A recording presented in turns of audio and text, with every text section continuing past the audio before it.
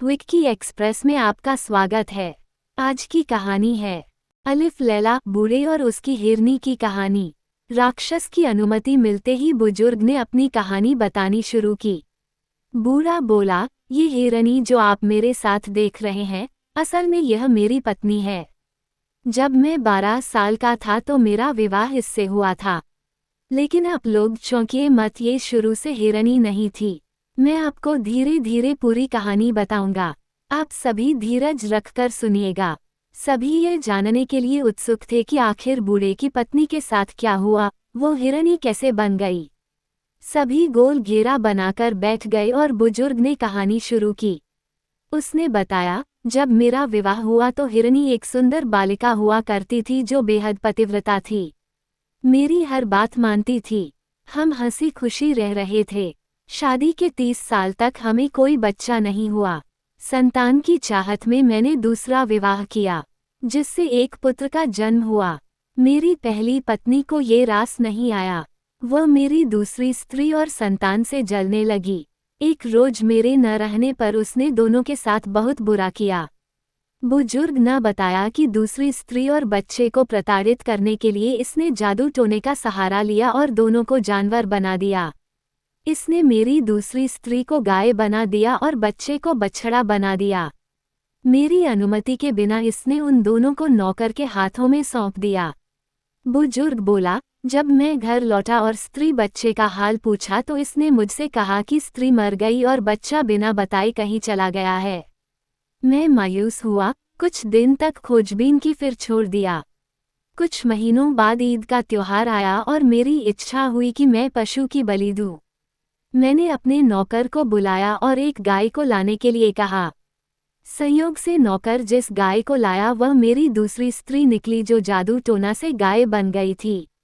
जब मैंने उसे बलि देने के लिए वेदी पर चढ़ाया तो वे दहाड़ने रोने लगी। उसकी आंखों से आंसू बहने लगे। गाय की ये हालत देखकर मुझे दया आ गई और मुझसे छुरी न चली। मैंने नौकर से कहा कि इसे ले जाओ और इस बार बछड़े को लेकर आना। नौकर आज्ञा मानकर चला गया और कुछ देर बाद एक हष्ट-पुष्ट को लेकर लौटा। विधि का विधान ऐसा हुआ कि जो बछड़ा आया वह मेरा पुत्र निकला। मुझे देखते ही वह मेरे पैरों में गिर पड़ा। मैं उसका व्यवहार समझ नहीं पाया, लेकिन अंदर ही अंदर मुझे उसे बछड़े के लिए पीड़ा होने लगी। मैंने नौकर से कहा, तू इस बछड़े को ले जा, मैं इसकी बलि नहीं दे पाऊंगा। इतने में मेरी पत्नी जिद पर अड़ गई और बछड़े की कुर्बानी के लिए कहने लगी। लेकिन मेरा मन इसके लिए तैयार नहीं हुआ और मैंने बलि देने का इरादा ही टाल दिया। अगले दिन सुबह सुबह नौकर मेरे पास आया। उसने मुझे बछड़े और गाय की असली पहचान बताई। सारी बात सुनकर मैं स्तब्ध रह गया। मैंने उससे कहा कि तुम मेरी पत्नी पर इतना बड़ा इल्जाम कैसे लगा सकते हो और मैं कैसे मान लूं कि तुम सच बोल रहे हो। नौकर ने कहा, मालिक मेरी बेटी जादू टोने में कुशल है। उसने ही मुझे ये बात बताई है। आप मेरा भरोसा करें।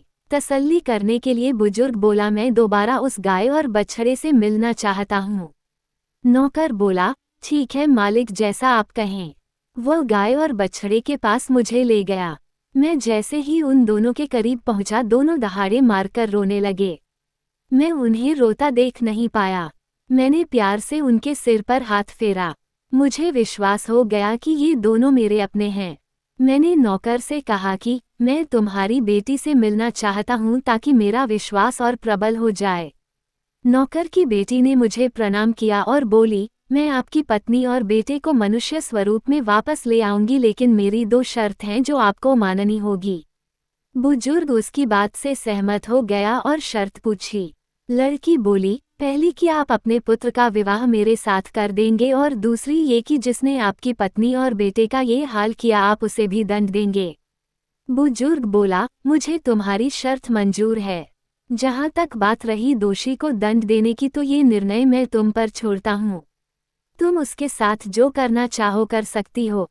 लड़की ने बुजुर्ग का आभार किया और जादू टोना का सहारा लेकर गाय और बछड़े को पुराने स्वरूप में ला दिया। बुजुर्ग अपनी पत्नी और बच्चे को देखकर खुशी से फूला नहीं समा रहा था।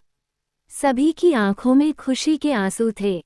थोड़ी देर बाद बुजुर्ग अपने बेटे से बोला, पुत्र, मैंने इस लड़की को वचन दिया है कि मैं तुम्हारी शादी इससे कराऊंगा।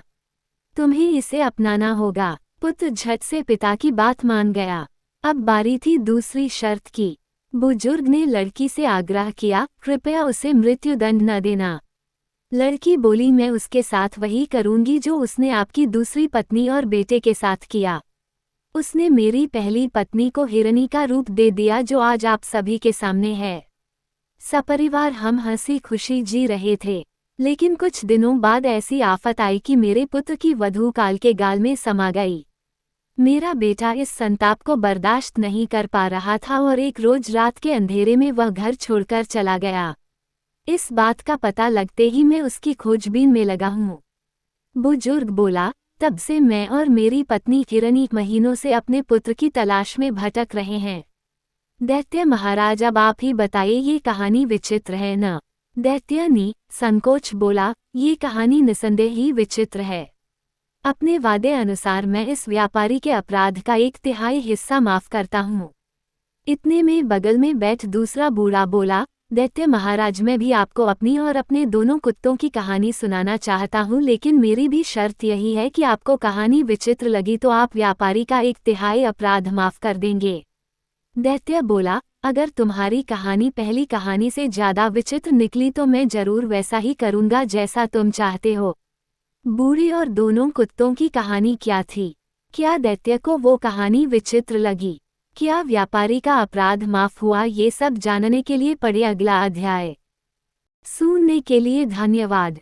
मेरा चैनल सब्सक्राइब करें, लाइक और शेयर भी करें। धन्यवाद।